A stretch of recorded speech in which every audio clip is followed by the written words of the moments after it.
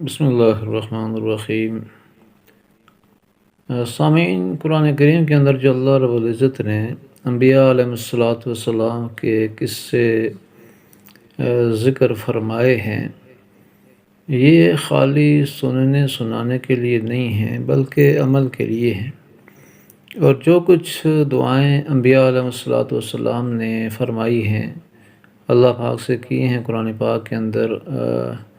مختلف انبیاء علیہ والسلام نے، تو وہ امت کے لیے ایک تلقین ہے قیامت تک کے لیے، کہ جب بھی امت جو ہے کسی بھی مصیبت میں ہو، کسی بھی پریشانی کے اندر ہو، کوئی مسئلہ بھی ہو، اور بظاہر کوئی مسئلہ نہ بھی ہو، پھر بھی استغفار تو ہر حال میں کرنا ہی ہے، اللہ کو یاد بھی کرنا ہے۔ بہرحال اللہ رب العزت نے ایک حل بتایا ہے مسائل کا، بہت بڑا حل ہے، اور وہ استغفار ہے۔ استغفار سے جو نا اللہ رب العزت بند دروازے اللہ کھولتا ہے۔ مثال کے طور پر یہ ربنا ظلمنا انفسنا وان لم تغفر لنا وترحمنا لنکونن من الخاسرین، یہ آدم علیہ السلام کی اللہ سے دعا ہے، اور یہ استغفار ہے۔ اللہ پاک سے وہ استغفار کر رہے ہیں کہ اے اللہ رب العزت، ہم نے اپنے اوپر جو ہے نا وہ ظلم کیا اپنی جانوں کے اوپر، اور اگر تو نے ہمیں معاف نہ کیا اور ہم پر رحم نہ کیا تو بے شک ہم خسارے والوں میں سے ہو جائیں گے۔ ربنا ظلمنا انفسنا وان لم تغفر لنا وترحمنا لنکونن من الخاسرین۔ اسی طرح یہ یونس علیہ السلام کی جو ہے نا، جب وہ مچھلی کے پیٹ کے اندر چلے گئے تو مچھلی کے پیٹ کے اندر انہوں نے دعا کی تھی، یہ استغفار ہے، لا الہ الا انت سبحانک انی کنت من الظالمین، اس کو آیت کریمہ بھی کہتے ہیں۔ تو یہ استغفار بھی ہے کہ لا الہ الا انت، کوئی معبود نہیں صرف تو ہے، سبحانک، اللہ تو پاک ہے، انی کنت من الظالمین، بے شک میں ظالموں میں سے ہوں۔ مطلب ہے کہ جو کچھ مجھ سے عمل ہو گیا اور جو میں مچھلی کے پیٹ کے اندر آ گیا، تو ظاہر میرے اسی عمل کی وجہ سے ہو گیا کہ تیرا حکم اس طرح بجا نہ لایا۔ تو یہ ہے کہ یہ بھی استغفار ہے، اور بہت بڑا استغفار ہے۔ اسی طرح ایک ترغیب تھی نوح علیہ السلام کی اپنی قوم سے، فَقُلْتُ اسْتَغْفِرُوا رَبَّكُمْ إِنَّهُ كَانَ غَفَّارًا يُرْسِلِ السَّمَاءَ عَلَيْكُمْ مِدْرَارًا وَيُمْدِدْكُمْ بِأَمْوَالٍ وَبَنِينَ وَيَجْعَلْ لَكُمْ جَنَّاتٍ وَيَجْعَلْ لَكُمْ أَنْهَارًا۔ تو یہ سورہ نوح کے اندر نوح علیہ السلام جو ہے نا اپنی قوم سے کہہ رہے ہیں کہ اے اللہ پاک، میں نے اپنی قوم سے کہا تھا کہ اپنے رب سے جو ہے نا استغفار کرو، بے شک وہ بڑا غفور و رحیم ہے، معاف کرنے والا ہے۔ اور اگر تم کرو گے تو میں نے ان کو اس کے فضائل بھی بتائے تھے، مثال کے طور پر کہ آسمان سے وہ تم پر جو ہے نا بارشیں برسائے گا، اور وہ تمہیں جو ہے نا مال دے گا، اور تم کو بیٹے دے گا، اور تم کو جنتیں دے گا،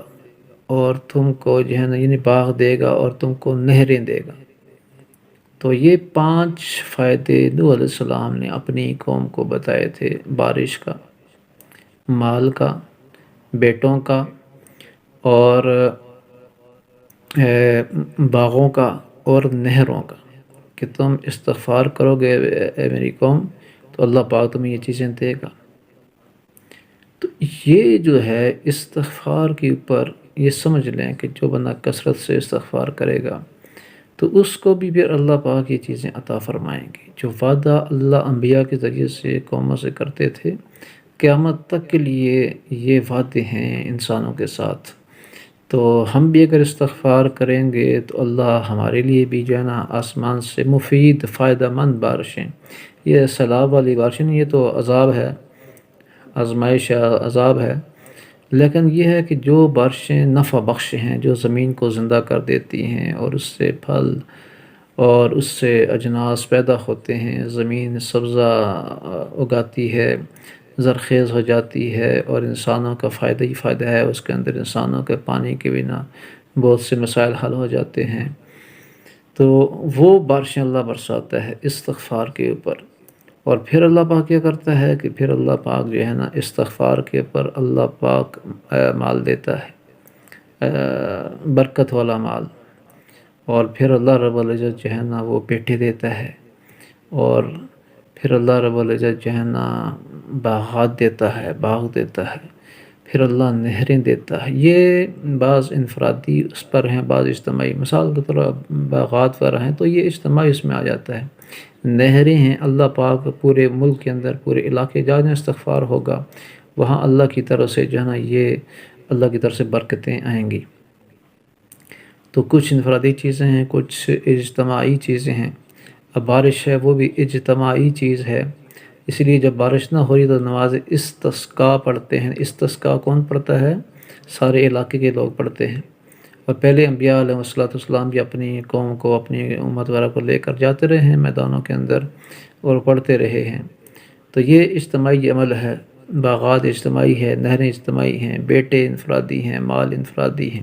انفرادی بھی ہے اور یہ مال اجتماعی بھی ہے کہ آپ کی معیشت، جیسے آج کل جو ہے ہمارے ملک کی معیشت کا بالکل ہی پہیہ جام ہے، تو یہ پہیہ جام کی بنیادی وجہ یہ بھی ہے، سب سے بلکہ ہے ہی یہی کہ ہم لوگوں نے اجتماعی لحاظ سے اللہ سے استغفار کرنا چھوڑ دیا ہے، کہ جس کی وجہ سے جو ہے نا ہمارے اوپر یہ حالات ہیں۔ ہم اللہ کی طرف ففروا الی اللہ، وہ جو کہتے ہیں دوڑ لگاؤ اللہ کی طرف، وہ دوڑ ہماری اللہ کی طرف نہیں ہے، سیدھی سی بات ہے۔ تو اس لیے جو ہے نا ان چیزوں کی وجہ سے ہم اجتماعی عذاب کے اندر بھی ہیں، انفرادی بھی لحاظ سے ہماری حالات بہت پتلے ہیں۔ تو اس سب کا جو ہے نا رجوع الی القرآن، قرآن کی طرف جب تک رجوع نہیں ہوگا، اور نبی صلی اللہ علیہ وسلم کی مسنون زندگی کی طرف رجوع نہیں ہوگا، دیکھیں قرآن برکت کے لیے خالی نہیں ہے، نبی صلی اللہ علیہ وسلم کا جو ہے نا نام مبارک برکت ہی، قرآن بھی برکت ہے، نبی کا نام بھی برکت ہے، لیکن صرف یہ نہیں کہ ہم بس قرآن کو چوم لیں، قرآن کا نام لے لیں، برکت کے لیے گھر میں رکھ دیں، اور نبی کریم صلی اللہ علیہ وسلم کا جو ہے نا وہ بس یہ ہے کہ ان کے پر نعت پڑھ لیں، درود پڑھ لیں، اور باقی زندگی اپنی مرضی کے مطابق گزاریں، قرآن کا پتہ ہی نہ ہو، نبی صلی اللہ علیہ وسلم کی زندگی کا پتہ ہی نہ ہو، تو یہ چیز جو ہے نا پھر کیا ہے،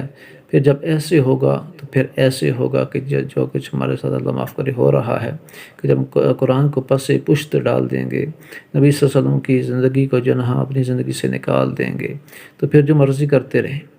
پھر جو ہے نا دیکھو قرآن پاک تو واضح ہے، قُلْ إِن كُنتُمْ تُحِبُّونَ اللَّهَ فَاتَّبِعُونِي يُحْبِبْكُمُ اللَّهُ، اس کے اندر تو کلیئر کٹ اللہ رب العزت نے بتایا کہ اگر تم اللہ سے محبت کرتے ہو تو میرے نبی کا اتباع کرو۔ اتباع کسے کہتے ہیں؟ اتباع کہتے ہیں کہ ان کے طور طریقوں پر چلو، ان کی سنت کی زندگی کے مطابق چلو۔ یحببکم اللہ، تم سے اللہ پاک محبت کرنے لگ جائیں گے، سیدھی سی بات ہے۔ یہ کوئی جو ہے نا راکٹ سائنس تو اس کے اندر کچھ بھی نہیں ہے، straight and simple, absolutely clear cut چیز ہے، اللہ رب العزت نے بتائی ہے۔ لیکن اگر ہم عمل نہ کریں، قرآن کو چھوڑ دیں، تو پھر ظاہر ہے پھر یہی کچھ ہوگا۔ تو اس لیے یہ ہے کہ ہم قرآن کو جو ہے نا قرآن سے یہ چیزیں ان پر عمل کریں۔ تو بہرحال آج کا میرا جو موضوع تھا وہ یہ تھا کہ استغفار کے پر آئیں، کوئی وقت مقرر کریں، روزانہ یہ مثلاً آیت کریمہ یہ بڑی مجرب چیز ہے، آپ اس طرح کریں روزانہ 300 400 500 دفعہ اس کو پڑھیں، کتنا وقت لگتا ہے؟ تھوڑا سا، لا الہ الا انت سبحانک انی کنت من الظالمین، 10 12 15 منٹ لگ جائیں گے۔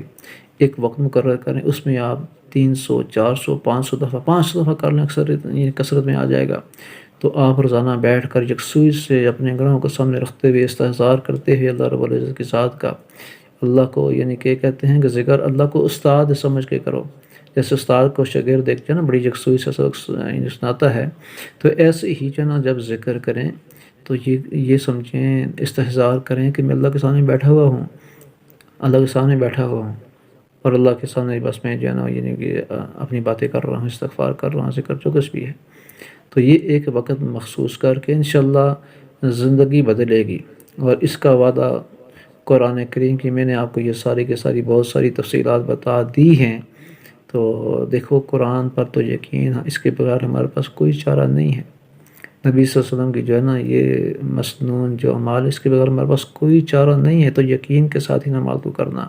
ورنہ یقین کریں پھنستے ہی چلے جائیں گے۔ پوری پاکستانی قوم پھنسی ہوئی ہے،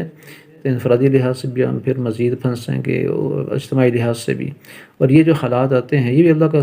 احسان، اللہ کا کرم، اللہ کا فضل ہے کہ اللہ رب العزت حالات بیچتا ہے،